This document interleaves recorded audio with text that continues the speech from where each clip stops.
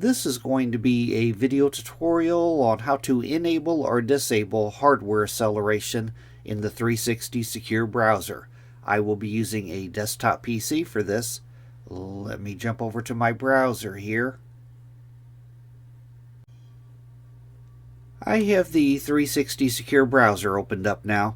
To enable or disable hardware acceleration, it's very easy to do. First thing you want to do is go off to the upper right hand corner, up to where you see the 3-bar hamburger menu. You want to click on that. Then you want to go down to where it says Settings and click on Settings.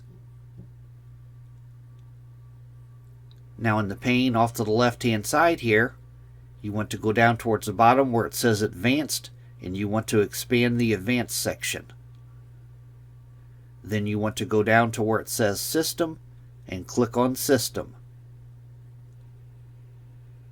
Then on the center pane, under System, the second thing down, use hardware acceleration when available.